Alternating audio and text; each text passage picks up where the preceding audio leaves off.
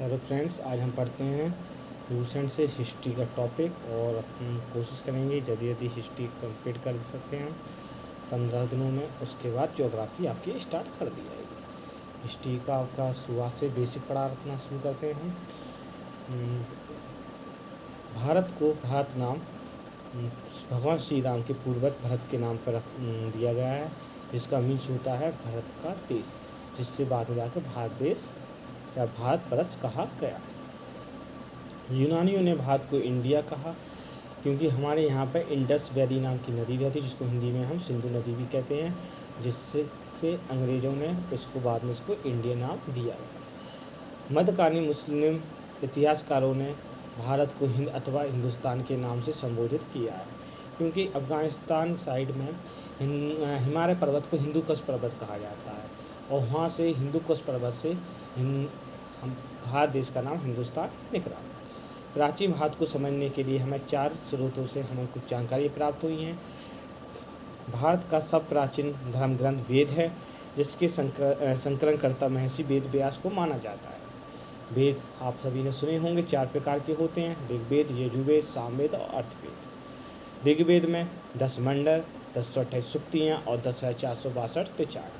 उससे पूछा गया था कि कौन से ऋग्वेद में कितने मंडल हैं, तो 10 मंडल। इस वेद के ऋचाओं को पढ़ने वाले ऋषि को होत्र कहते हैं।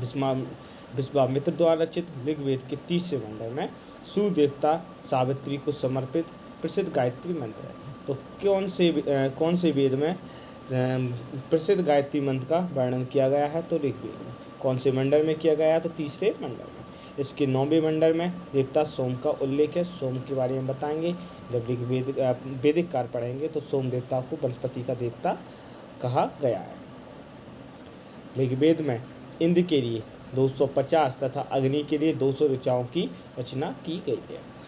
कुछ पूछा गया है कि ऋग्वेद में कौन से देवता का सबसे ज़्यादा बार वर्णन किया गया है, तो इंद्र देवता का सबसे ज़्यादा वर्णन, और दूसरे नंबर पर अग्नि देवता का किया गया है। दूसरा इम्पोर्टेंट है यजुर्वेद। यजुर्वेद के पाठकर्ता को अर्धवेद कहते हैं। ये एकमात्र ऐसा वेद है जो गद्य और पद्य दोनों में लिखा हुआ है। तीसरा है आपका सामवेद। इसे भारतीय संगीत का जनक कहा जाता है। किस वेद को भारतीय संगीत का जनक कहा गया है, तो आपका आंसर होना चाहिए सामवेद को। और अंतिम है आपका अर्थवेद। इसमें रोग निवारण, तंत्र मंत्र, जादू टोना, श्राप, वशीकरण, आशीर्वाद, स्तुति, प्रायश्चित, औषधि, अनुसंधान, विवाह, प्रेम, राजक्रम, मातृभूमि, महात्म्य आदि के बारे में बताया गया है। सबसे प्राचीन वेद पूछा जाए तो ऋग्वेद है, एवं सबसे बाद में लिखा गया वेद कौन सा है, अर्थवेद है। भारतीय इतिहास से कथाओं का सबसे अच्छा क्रमबद्ध वर्णन पुराणों में मिलता है, जिनकी संख्या 18 है। पुराणों में मत्स्य पुराण सबसे प्राचीन एवं प्रामाणिक है। जातक में बुद्ध के पूर्व जन्म की कहानी का वर्णन है। बौद्ध धर्म के बारे में बहुत डीप में पढ़ेंगे आगे की क्लास में। जैन साहित्य को आगम कहा जाता है। जब हम बौद्ध धर्म पढ़ेंगे उसके बाद जैन धर्म के बारे में भी पढ़ेंगे कि किस साहित्य को आगम कहा जाता है, जैन को। ये क्वेश्चन कई बार पूछे गए हैं। अर्थशास्त्र के लेखक चाणक्य का दूसरा नाम कौटिल्य या विष्णुगुप्त है। यदि ऐसा क्वेश्चन पूछा गया, चाणक्य को और किन नामों से जाना जाता है, कौटिल्य या विष्णुगुप्त। दूसरा है अष्टाध्यायी, जो ये इसके राइटर हैं आपके पाणिनि, जो संस्कृत भाषा व्याकरण की प्रथम पुस्तक है। तो संस्कृत भाषा व्याकरण की प्रथम पुस्तक का नाम क्या है, अष्टाध्यायी। किसने लिखी है, क्वेश्चन पूछा है, तो पाणिनि ने लिखी है। पतंजलि पुष्यमित्र शुंग के पुरोहित थे। इनके महाभाष्य से शुंगों के इतिहास का पता चलता है। विदेशी यात्रियों जो से मिलने वाली प्रमुख जानकारी, जैसे हमने आपको बताया है कि हमारे भारत का इतिहास के बारे में 4 तरीके से जानकारी मिली है। धर्म ग्रंथ द्वारा, जो हम धर्म पढ़ते हैं, ऐतिहासिक ग्रंथ द्वारा, विदेशी जो विदेश से हमारे भारत में व्यापार करने के लिए है, कुछ लूटपाट करने के लिए है, तो उनके द्वारा भी हमें कुछ जानकारी मिलती है। और चौथा पुरातत्व संबंधी साक्ष्य, जो हमें अवशेष द्वारा मिले हैं। उन्हीं में से हेरोडोटस नाम का एक राइटर है, इसे इतिहास का पिता कहा जाता है। तो किसे इतिहास का पिता कहा गया, हेरोडोटस को। नेक्स्ट है मेगास्थनी। इन्होंने इंडिका नामक पुस्तक लिखी है। यह सेल्यूकस निकेटर का राजदूत था, जो चंद्रगुप्त मौर्य के दरबार में आया था। क्वेश्चन पूछा गए हैं आपसे, चंद्रगुप्त मौर्य के दरबार में कौन आया था, तो मेगास्थनीज आया था। नेक्स्ट टॉमी, इसने दूसरी शताब्दी में भारत का भूगोल नामक पुस्तक लिखी है। भारत का भूगोल नामक पुस्तक किसने लिखी है? टॉमी ने लिखी है। फिर इन्होंने नेचुरल हिस्ट्री नामक पुस्तक लिखी है। जो टिक है से उन्हीं को याद करना है। नेक्स्ट चीनी लेकर, जो चीन के रहने वाले थे, जो भारत में आए थे। पहले हमारे देश को विश्व गुरु कहा जाता था। कहीं विदेशी लोग भारत पढ़ने के लिए आते थे, वो भारत में पढ़ते थे, भारत को समझा उन्होंने, भारत किस तरह का, और बाद में उन्होंने भारत के बारे में कुछ पुस्तकें लिखी हैं। उन्हीं में से सबसे पहले फाहियान आए थे। उसमें पूछा गया है कि सबसे पहले कौन सा चीनी लेखक आया था? फाहियान आया था, जो गुप्त नरेश चंद्रगुप्त द्वितीय के दरबार में आया था। इन्होंने मध्य प्रदेश में के समाज एवं संस्कृति के बारे में वर्णन किया। इसने मध्य प्रदेश की जनता को सुखी एवं समृद्ध बताया। उन्होंने बताया कि मध्य प्रदेश की, इन्होंने भारत देश को कैसे बताया? सुखी और समृद्ध बताया। इन्होंने बताया कि भारत का समाज किस तरह का था, शूद्र वैश्य क्षत्रिय ब्राह्मणों में बटा हुआ था। नेक्स्ट पढ़ेंगे हम हैंसोंग के बारे में। ये हर्षवर्धन के शासनकाल में भारत आया था, जो 629 ईस्वी में चीन से भारतवर्ष के लिए प्रस्थान किया। भारत में 15 वर्ष तक ठहर कर 645 ईस्वी में ये चीन लौट गया था। हैंसोंग के अध्ययन के समय नालंदा विश्वविद्यालय कुलपति आचार्य शीलभद्र थे। ये क्वेश्चन कई बार पूछा गया, मोस्टली है। हैंसोंग जब स्टडी करने के लिए आया था, उस टाइम नालंदा विश्वविद्यालय के कुलपति कौन थे? तो आचार्य शीलभद्र थे। नेक्स्ट है अरबी लेखक, जो कौन से आए हैं, उन्हें भारत के बारे में क्या लिखा है? तो पहला नाम है अल-बरूनी। ये महमूद गजनवी के साथ भारत आया था। जब हम मध्यकालीन भारत पढ़ेंगे तब उसके बारे में ये पढ़ेंगे। अल-बरूनी, महमूद और गजनवी, इन दोनों के बारे में डीप में पढ़ेंगे। इसके द्वारा लिखी गई पुस्तक किताब उल हिंद या तहकीक ए हिंद भारत की खोज मूल पुस्तक मानी जाती है। पुरातत्व संबंधी साक्ष्य में से मिलने वाली जानकारी। सर्वप्रथम भारतवर्ष का जिक्र हाथी गुम्बा अभिलेख में मिलता है। भारत देश को भारतवर्ष कहा गया है, इसका जिक्र हमें कहाँ मिला है? हाथी गुम्बा अभिलेख से मिला है। सती प्रथा का पहला लिखित साक्ष्य एरण अभिलेख शासक भानुगुप्त से प्राप्त होता है। सती प्रथा वह होती जिसका पति मर जाता था, तो पति को जब जलाया जाता था तो उसी के साथ पत्नी को भी जला दिया जाता था, जिसको सती प्रथा नाम दिया गया है, जो बाद में अंग्रेज़ों के द्वारा राजा राममोहन की सहायता से इसको बंद करा दिया गया। जिसके बाद हम प्राकृतिक ऐतिहासिक काल पढ़े, कितने 3 भागों में बांटा गया है। उस टाइम का इंसान कैसा रहता था, आप डायग्राम में देख सकते हैं। हम अभी पढ़ाते हैं क्या होता है प्राकृतिक ऐतिहासिक काल, आदि ऐतिहासिक काल और ऐतिहासिक काल। इस तरह पे शुरुआत में इंसान रहता था। इस तरह उनके पत्थर हथियार होते, पत्थरों द्वारा वो औजार बनाया करते थे, गुफाओं में रहते थे, वो शिकार करते थे जानवरों का, आप देख सकते हो। कच्चा मांस खाते थे। आगे पढ़ते हैं। रेशम बुनकर की सीढ़ियों की जानकारी मंदसौर अभिलेख से प्राप्त होती है। प्राचीनतम सिक्कों को आहत सिक्के कहा जाता है। क्वेश्चन पूछा जाएगा, आहत सिक्के किसे कहा जाता है? प्राचीनतम सिक्कों को कहा जाता है। इसी को साहित्य में कांसापण कहा गया है। सर्वप्रथम सिक्कों पर लेख लिखने पर का कार्य यवन शासकों ने किया था। सिक्के पहले क्या कौन से बनाए तो जाते थे, पर उस पर लिखा नहीं जाता था। लिखने का सर्वप्रथम कार्य किया यवन शासकों ने। समुद्रगुप्त की वीणा बजाती हुई मुद्रा वाले सिक्कों से उसके संगीत प्रेमी होने का प्रमाण मिलता है। जैसे कि आज के समय में किसी व्यक्ति को गाना गाने का शौक़ है या गिटार बजाने का शौक़ है, तो वो अपना डीपी लगाता है फेसबुक पर। उसी तरह ऐसा कहा गया है कि समुद्रगुप्त के जो सिक्के मिले हैं उसमें उसको बीड़ा बजाते हुए दिखाया है, जिससे ये पता चलता है कि समुद्रगुप्त को बीड़ा बजाने का और गाने गाने का शौक़ रहा होगा। नेक्स्ट, अलेकमेंडू पुदुचेरी के निकट से रोमन सिक्के प्राप्त हुए हैं। महत्वपूर्ण कुछ अभिलेख हैं, उन्हीं को मैं याद करना है, ज़्यादा नहीं करना है कुछ। हाथी गुम्बा अभिलेख, जो सबसे पहले इन हाथी गुम्बा जो भारतवर्ष का जिक्र हुआ है हाथी गुम्बा अभिलेख में, तिथि रहित अभिलेख है। इसमें तिथि नहीं लिखी है कि कब का है। ये आपको कलिंग राज खारवेल शासक थे, उनका ये अभिलेख है। नेक्स्ट गवारी अभिलेख, इसमें सती प्रथा का वर्णन भी हुआ है। प्रतिहार नरेश भोज, जो सती प्रथा हमने आपको बता ही चुके हैं क्या होती है। नेक्स्ट है प्रागैतिहासिक काल। जब हम इतिहास पढ़ते हैं तो इतिहास को 3 भागों में बांटा जाता है। प्रागैतिहासिक काल, आदिऐतिहासिक काल और तीसरा आपका ऐतिहासिक काल। इससे पहले हम ये वीडियो बना चुके हैं, उसका चार्ट पेपर आप देख सकते हो इस हमारी पहली वीडियो। जिस कारण में मनुष्य ने घटनाओं का कोई लिखित विवरण नहीं मिलता है उसे हम प्रागैतिहासिक काल कहते हैं। इसका मीन्स है इसमें हमें जो अवशेष मिले, कुछ चीज़ें मिली, हमें लिखित हमें अवशेष तो मिले हैं, हड्डियाँ ही मिली हैं, लेकिन यहाँ का व्यक्ति लिखने में सक्षम नहीं था, तो उस ऐसे काल को हमने प्रागैतिहासिक काल में बांटा इतिहासकारों ने, जिसका विवरण लिखित रूप में उपलब्ध नहीं हुआ। आदि ऐतिहासिक काल किसे कहते हैं? ऐसा काल कहा जाता है लेखन करा के पिछड़न के बाद उपलब्ध रेख पढ़े नहीं जा सकते। यहाँ का व्यक्ति लिख तो सकता था लेकिन हम पढ़ने में सक्षम नहीं है, तो ऐसे इतिहास को कहा गया आदि ऐतिहासिक काल कहा गया। थर्ड है ज्ञानी, फिर है आपका ज्ञानी मानव। ज्ञानी मानव कहा गया होमो सैपियंस का प्रवेश इस धरती पर आज से लगभग 30 या 40 हज़ार वर्ष पूर्व हो गया था। यानी कि इंसान जो ज्ञानी मानव हुआ था, आपको पता है इंसान का जन्म स्तनधारी जीवों से हुआ है। यदि हम ब्रह्मांड जब टॉपिक पढ़ाएंगे, ब्रह्मांड के बाद हम सूरज सिस्टम और धरती का जन्म बताएंगे कैसे हुआ है, उसके रास्ते में आपको समझ में आएगा कि इंसान का जन्म किस तरह हुआ है। अभी आपको इतना याद रखना, ज्ञानी मानव का जन्म कब, जिसको होमो सैपियंस नाम से जाना जाता है, आज से धरती से 30 या 40 हज़ार वर्ष पूर्व हुआ था। पूर्व पाषाण युग के मानव की जीविका का मुख्य आधार था शिकार। वो शिकार करना पसंद करते थे। पूर्व पाषाण का युग क्यों कहा गया है? यहाँ पर जो मानव था मैक्सिमम पत्थरों का यूज करता था, स्टोन का यूज करता था, इसलिए इसको पाषाण युग भी कहा गया है।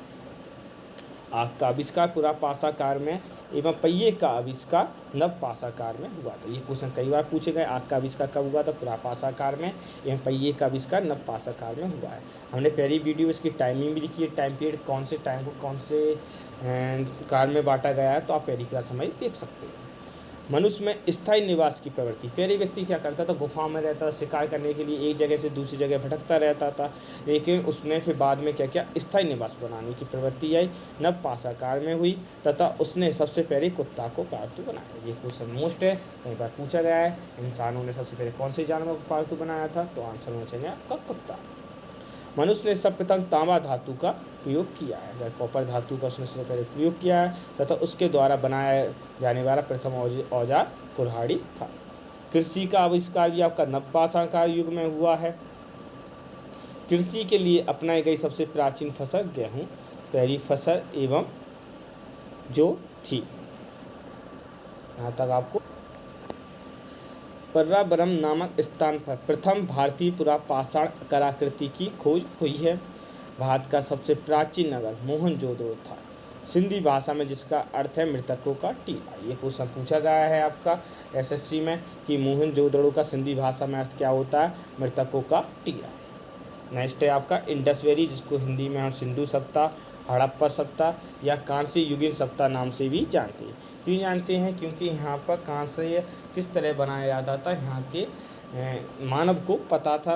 हड़प्पा सभ्यता इसलिए कहा गया है क्योंकि 1981 में दयाराम साहनी ने जो सबसे पहले खोज की थी, राय बहादुर दयाराम साहनी ने हड़प्पा की खोज की थी, इसलिए इसको हड़प्पा कहा गया। बाद में और भी सिटियों की खोज हुई, फिर इसका नाम सिंधु सभ्यता नाम रखा गया। ये रेडियो कार्बन C14 जैसे नवीन विश्लेषण पद्धति के द्वारा सिंधु सभ्यता की सम्मान्य तिथि 2400 ईसा पूर्व से 1700 ईसा पूर्व मानी गई। कहीं कहीं बुकों में आपको 2500 ईसा पूर्व से 1500 ईसा पूर्व भी मानी गई है, तो कोई ऐसा नहीं है कि किसी बुक में गलत लिखा है, लगभग में माना गया है। सिंधु सभ्यता की खोज हमने बताया जैसे कि राय बहादुर दयाराम साहनी ने की थी। या ऐसा क्वेश्चन पूछा है हड़प्पा सभ्यता की खोज किसने की थी? राय बहादुर दयाराम साहनी ने की थी। सिंधु सभ्यता या सैंधव सभ्यता नगरीय सभ्यता थी। यहाँ पे हमें जो अवशेष मिले हैं नगर जैसे मिले हैं, पक्की ईंटें मिली हैं, हमें पीने के पानी और नली के पानी का अलग अलग पेयजल का अलग सिस्टम रखा गया है, जो आपके स्विमिंग पूल मिला है, वेयर हाउस मिले हैं, गोदाम मिले हैं, हमें नर्तकी मिली हैं, धातु से बने हुए हमें कुछ मेटर बने हैं, मूर्तियाँ मिली हैं, इसलिए इस सिटी को नगरीय सभ्यता के नाम से नगरीय सभ्यता भी कहा गया है। वैसे तो हमें यहाँ पे बहुत सारे स्थल मिले हैं, लेकिन हमें बड़े स्थल यहाँ पर हमें 6 बड़े नगरों की संज्ञा दी गई है। मोहनजोदड़ो, हड़प्पा, गढ़वारीवाड़ा, धौलावीरा, राखीगढ़ी एवं कालीबंगा। स्वतंत्रता प्राप्ति पश्चात हड़प्पा संस्कृति के सर्वाधिक स्तर गुजरात में खोजे गए। स्वतंत्रता प्राप्ति के पश्चात का मीन्स है 15 अगस्त 1947 हमारा देश आज़ाद हुआ था, उसके बाद सबसे ज़्यादा जो खुदाई हुई है आपकी तो गुजरात में आपकी हुई है। जुते हुए खेत और नक्काशीदार ईंटों के प्रयोग का साक्ष्य कालीबंगा से हमें प्राप्त हुए। जुटे हुए खेत ऐसे हमें अवशेष मिले हैं कालीबंगा जगह से। मोहनजोदड़ो से प्राप्त अन्नागार को इंग्लिश में वेयर हाउस कहते हैं, संभवतः सैंधव सभ्यता की सबसे बड़ी इमारत थी। सिंधु काल में हाँ विदेशी से व्यापार भी होता था, लेकिन इतना मोस्ट नहीं है। आपका PSC के लिए मोस्ट है, लेकिन आपके लिए नहीं। ये हमें इंडस वैली सिविलाइजेशन से हमें कुछ अवशेष मिले, आप देख सकते हैं किस तरह के यूज करते थे। इस तरह के हमें अवशेष मिले हैं।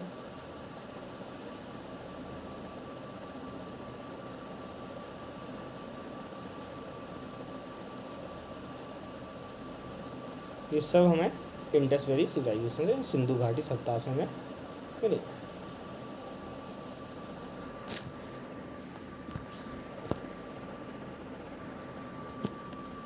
मोहनजोदड़ो से प्राप्त वृत्त स्नानागार एक प्रमुख स्मारक है, जिसकी लंबाई 11.88 मीटर और चौड़ाई 7.01 मीटर और ऊंचाई या अपन गहराई कह सकते हैं 2.43 मीटर है। अग्निकुंड जो हम हवन में यूज करते हैं, अग्निकुंड वो था जो गुजरात में आज के समय एवं कालीबंगा से हमें प्राप्त हुए। मोहनजोदड़ो से नर्तकी की एक कांस्य मूर्ति हमें प्राप्त हुई है। उससे पूछा जा रहा है नर्तकी की कांस्य मूर्ति हमें कहाँ से प्राप्त हुई है, तो मोहनजोदड़ो से प्राप्त हुई है। हड़प्पा की मोहरों पर सबसे अधिक एक सींग पशु का अंकन मिलता है। तो हड़प्पा की मोहरों पर हमें कौन सा एक सींग पशु वाला अंकन मिलता है, जो वहाँ का कहा जाता है सब प्रमुख पशु माना गया है। सिंधु सभ्यता की लिपि बहुत चित्रात्मक थी, यहाँ चित्र द्वारा बताया, लेकिन हम वो पढ़ने में सक्षम नहीं है। चित्रात्मक भाषा हम चित्र बनाते ऐसे वो भी चित्र बनाकर उन्होंने हमें कुछ अवशेष मिले उनके। ये लिपि दाएं से बाएं ओर लिखी जाती थी। सिंधु सभ्यता के लोगों ने नगरों तथा घरों के विन्यास के लिए एक ग्रिड पद्धति अपनाई थी।